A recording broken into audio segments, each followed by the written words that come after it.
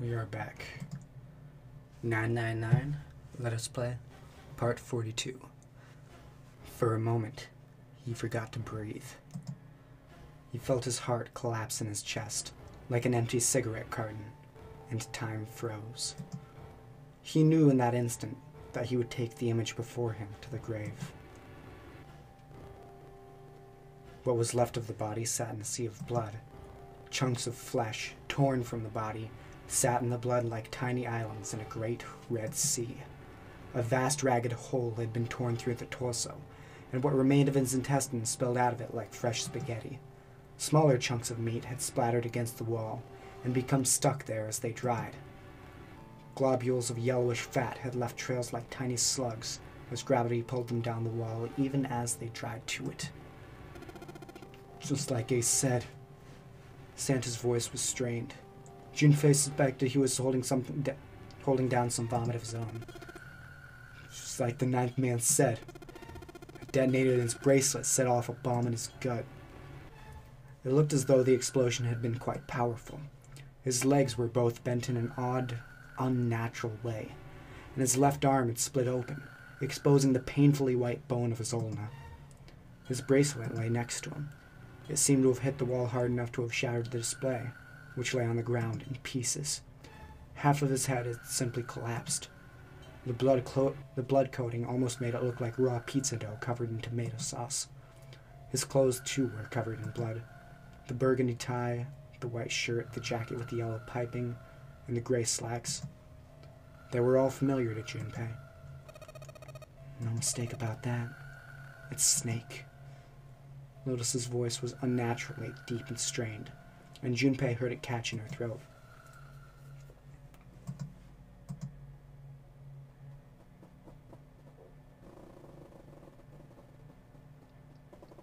I messed up some words there.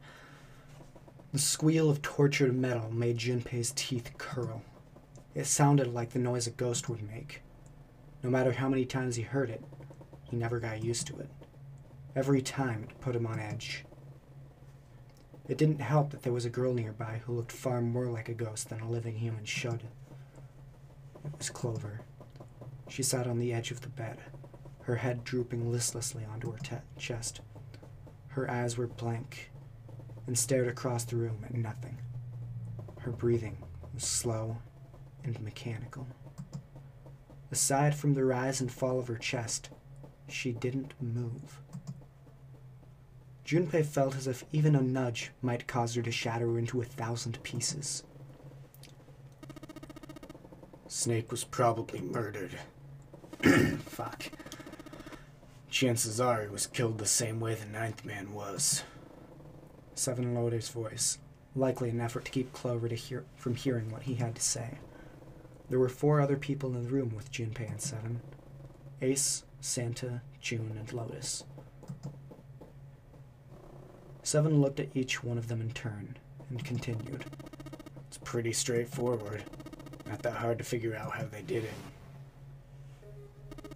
First, the killers got Snake to authenticate on the red to open door 3.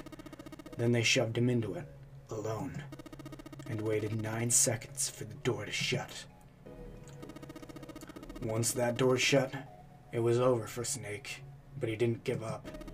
He probably knew it wouldn't do him any good, but he probably ran into the shower room looking for the dead. It was a small chance, but it wasn't like he had anything to lose. Unfortunately, it didn't work. The detonator's only deactivated if everybody who authenticated when they went in uses the dead. And then 81 seconds after he was shoved in, that happened. I see. So that's what you meant by killers, huh? You need at least 3 people to open one of the numbered doors, including Snake. It wouldn't open for Snake and a single killer. Exactly. That means we're looking at multiple perps here. Junpei crossed his arms and grunted. Well, just in case, I want to make sure. Let's say you're right. When do you think Snake was killed? When we all split up to look for the parts for the red, I think. Right after that was when we noticed he was gone. And that means none of us have alibis. We were all off searching the rooms we'd been assigned. looking for those parts. Yeah, that means anyone could be a killer. Wait a minute. What are you talking about? June seemed shocked. How can you say one of us is a killer so casually? Well, not just one of us. If I'm right, then at least 2 of us are murderers. Why don't you calm down a bit, Seven? What are you going to gain by being so suspicious? That's what Zero wants, you know. What Zero wants? Exactly. This game was set up by Zero, wasn't it? Any game has a winner and a loser. Whoever makes it through door 9 is a winner, and those who don't are the losers. Zero is trying to make us fight against one another for that victory. Then you're saying that Zero is trying to split us up by making us fight each other? Yes. That is why we can't let ourselves fall prey to suspicion. We have to trust one another and form a strong bond of friendship. Otherwise, we will end up ensnared by Zero's manipulations. Then, does that mean that the person who killed Snake... Yes, almost certainly Zero himself. If there's anyone we should doubt, it should be Zero. He masterminded this game and kidnapped all of us. Doesn't it seem reasonable that he would have killed Snake as well? Junpei hadn't really considered that. If Zero had killed Snake, then Zero was on the ship with them. Was Zero still on the ship with them? Of course. Of course he was. That was obvious. Zero was somewhere on the ship, but Junpei had no idea where. Junpei mumbled to himself, lost in thought. Where could Zero be hiding? Suddenly, everyone went very quiet. The silence was cold and clammy, and Junpei could feel it crawling across his back and around his throat. Again he heard the ghosting moaning noise, and moments later, a person who looked more ghost than human appeared. It was Clover. She looked at the floor as she spoke, and her voice was a cold monotone. I think Zero is one of us. Every human body in the room froze. The only sound was the muffled rustling of breath. Eyes darted from face to face. One of those faces was the face of their jailer. But who? Junpei said, Well, that's possible. Huh? Like Clover said, Zero might be one of us. What are you saying, Jumpy? Didn't you hear what Ace said? Exactly. I said we shouldn't suspect one another for no reason? I've got great reason. And what's that? The bracelets. He held out his left arm. Why are the bombs in our bodies connected to the bracelets? You're all thinking Zero's hiding somewhere, watching us, right? If he's doing that, then he could just detonate the bombs by remote control if someone did something they weren't supposed to. It would be a lot more precise and a lot easier. But, if that's the case, then why is the bomb set off by the detonator in the bracelet? Huh. You got a point. I'm not done. Try applying the same ideas to the nonary game. All of the puzzles here run all by themselves. In other words, Zero doesn't have to be controlling them for the game to move forward. Why is that?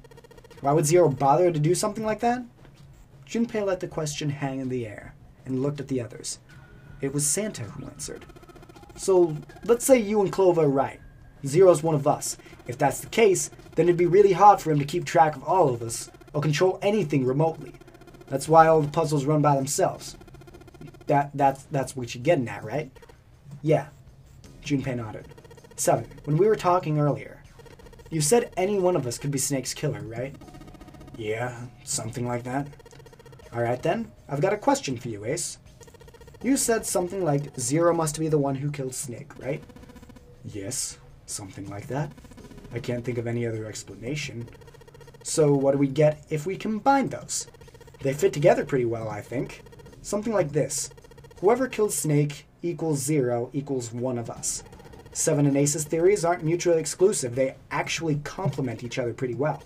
At least they do if Zero is one of us. No one spoke.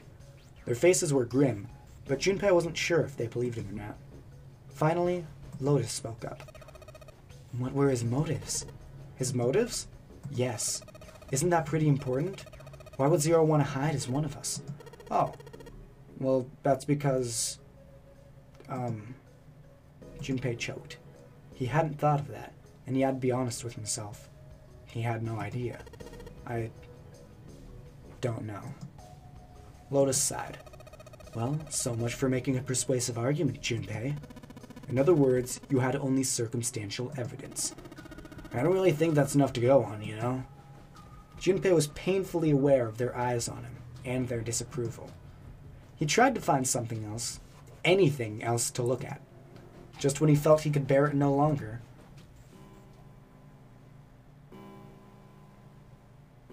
they heard a bell begin to ring. It was the clock at the central staircase. 3 a.m. That means we have 3 hours left. Then we need to move. Now. 7. Clover, Junpei. I know how you feel, but you do understand that right now, it's important we trust one another, don't you? Junpei couldn't bring himself to respond. He swallowed the words he wanted to say, and sighed. 7 and Clover remained similarly silent. Their eyes were looking at something somewhere else, very far away. We must go. We have very little time left. Sorry. Ace's words put their feet to moving. They all knew where they were going. Their next destination was Mercury. It sat, bolted to the wall near the stairs that led to the casino and the kitchen, between the 2 elevators. The Mercury card reader. Junpei stood in front of it with the Mercury key card. 7 had given him the card. I found it when we were checking out the shower room. At least, that's what he said. Junpei slid the card through the reader. The light on the reader turned green and made a tiny electronic noise. Now they were ready. Junpei and June had been chosen as the investigators, the reasoning being that they had been to E-Deck before and no one else had. As before, Junpei sent the elevator ahead to make sure the floor they were heading to wasn't flooded. As before, the elevator returned as dry as when it had left. Once it had been checked for water, Junpei and June stepped into the elevator. Fuck, my hands are sweaty. There were only 2 floor buttons that they could push. The C and bottom buttons. The rest were destroyed or did nothing when pushed. Junpei hit the bottom button. The door closed. Slowly, they began to move downward. Sometime later, Junpei and June stepped off the elevator and onto the bottom deck. They stepped off and saw that the hallway to their right ended somewhere between 20 and 25 feet from them. The hallway in front of them was a dead end, but not a regular dead end. This is a numbered door. This is the 8th one we've found. There were 2 numbered doors on B deck near the central staircase. They were 4 and 5. There were 3 more numbered doors in the large hospital room, doors 3, 7, and 8. Junpei and June had found another door on E deck, and Lotus and Santa had found a 7th on A deck. There was a 6 on the door on E deck and a 1 on the door on A deck. 4, 5, 3, 7, 8, 6, 1, and now door 2 stood in front of Junpei. There was only one thing it meant. Do you think the next door we find? Yeah, I think so. The next one's gonna be door 9. Despite himself, Junpei felt excited. There was something about that excitement that frightened him as well.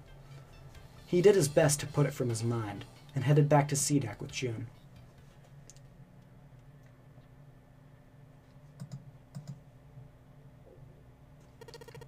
Alright, let's open these up. The pieces of paper they'd folded up lay on the ground next to Junpei's legs. There were 7 of them, all told. They were written on paper pulled from Junpei's notebook, and each one bore a code name and a door. Why they had decided to vote that way? They decided it wasn't fair to simply ask everyone at once. That would allow people to force others to go through certain doors. Well, that wasn't the only reason. Junpei had proposed the voting system, and he had a plan. It wasn't a plan he wanted anyone catching wind of, however, so he did his best to act as calm as he began to open and read the pieces of paper. The first one read, Ace requests door 1. Yes, I do. Would you like me to explain why? No, we don't have the time for that. Sorry. Let's keep going. He opened the second one. Next is Santa. He wants door 6. Yeah, that's what I wrote. Junpei continued with the third, fourth, and fifth pieces of paper. Clover wants 1, Lotus wants 2, and 7 also wants 2. Wait a minute. There's no way I'm going anywhere with the Elephant Man. No, there'd be no point to the voting if we let people change their choices because of stuff like that. But Just give it up, Lotus. It's not like I want to hang out with some exhibitionist grandma. I'm not an exhibitionist. I'm wearing clothes. Barely. So? Last I checked, that's not a crime. Maybe, but what about common decency? Nobody wants to have to look at a chick who looks like a half-naked raisin.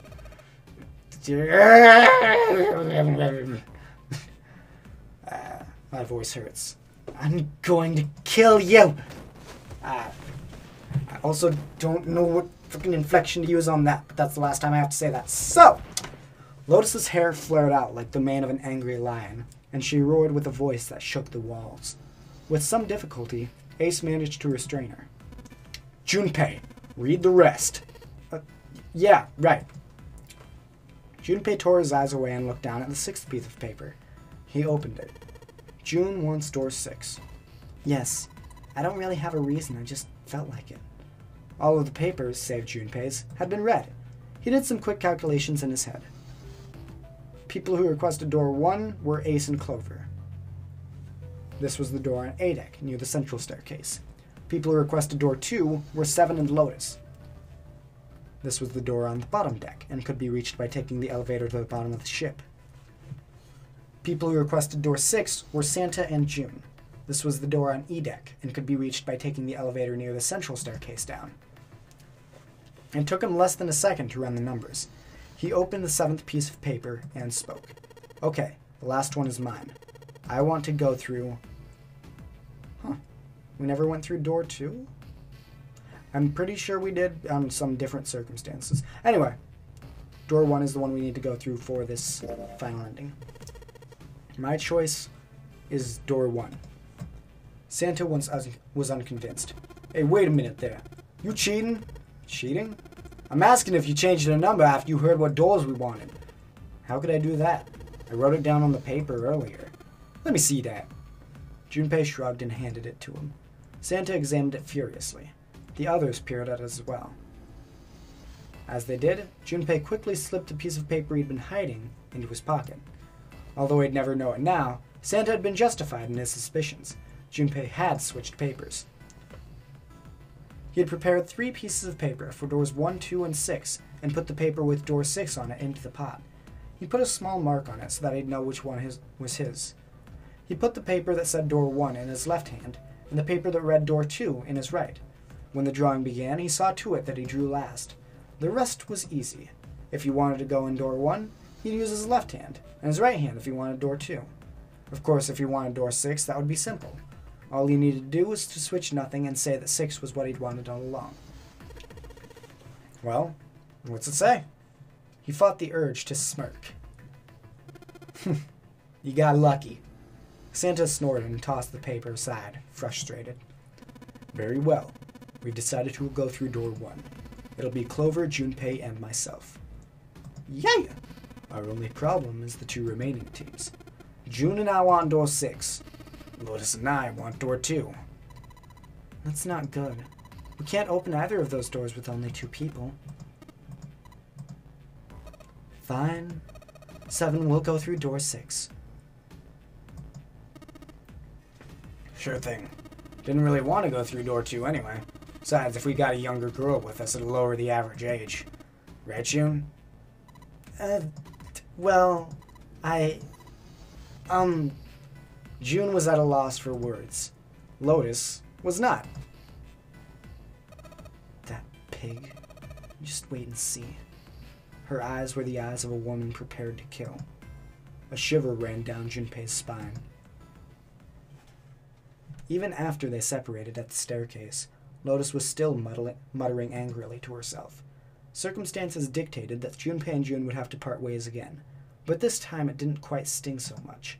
After all, he knew he would see her again. Till we find that 9 door, Zero ain't gonna let us split us, or ain't gonna split us up. We might get separated for a little while, but we'll see each other again. Otherwise, we can't open door 9. That's how the nonary game works. Junpei, Ace, and Clover headed towards A deck. They took out the Earth key and opened the door to the left. It opened, and they walked through. It was just as Santa and Lotus had said.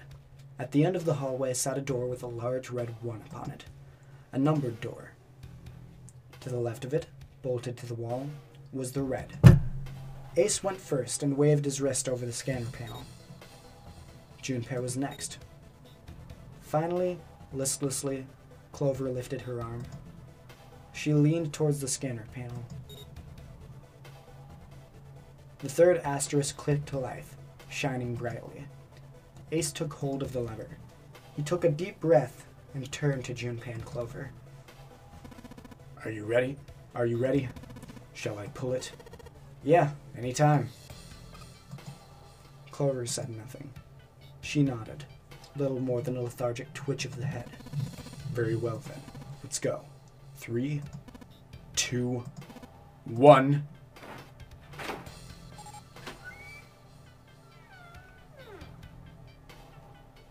The door opened. They stumbled into the room. Frantically, Junpei scanned the room.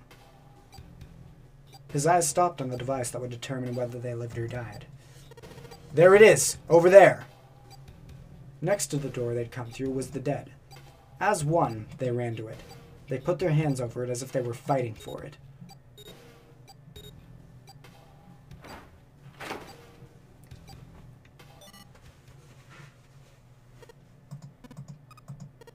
It stopped.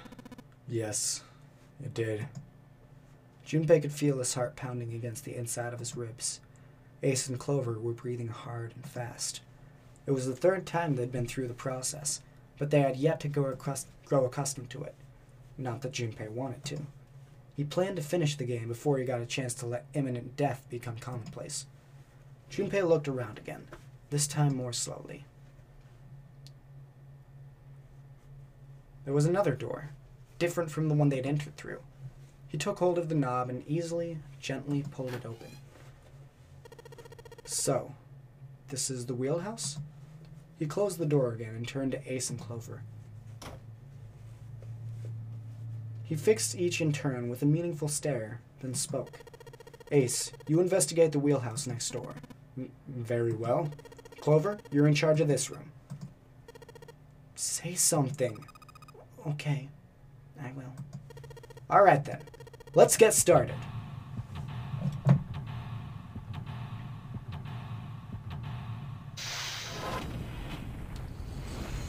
Seek a way out. All right. It's a perfect stopping point. Yeah. Next time, the wheelhouse and such. Bye-bye.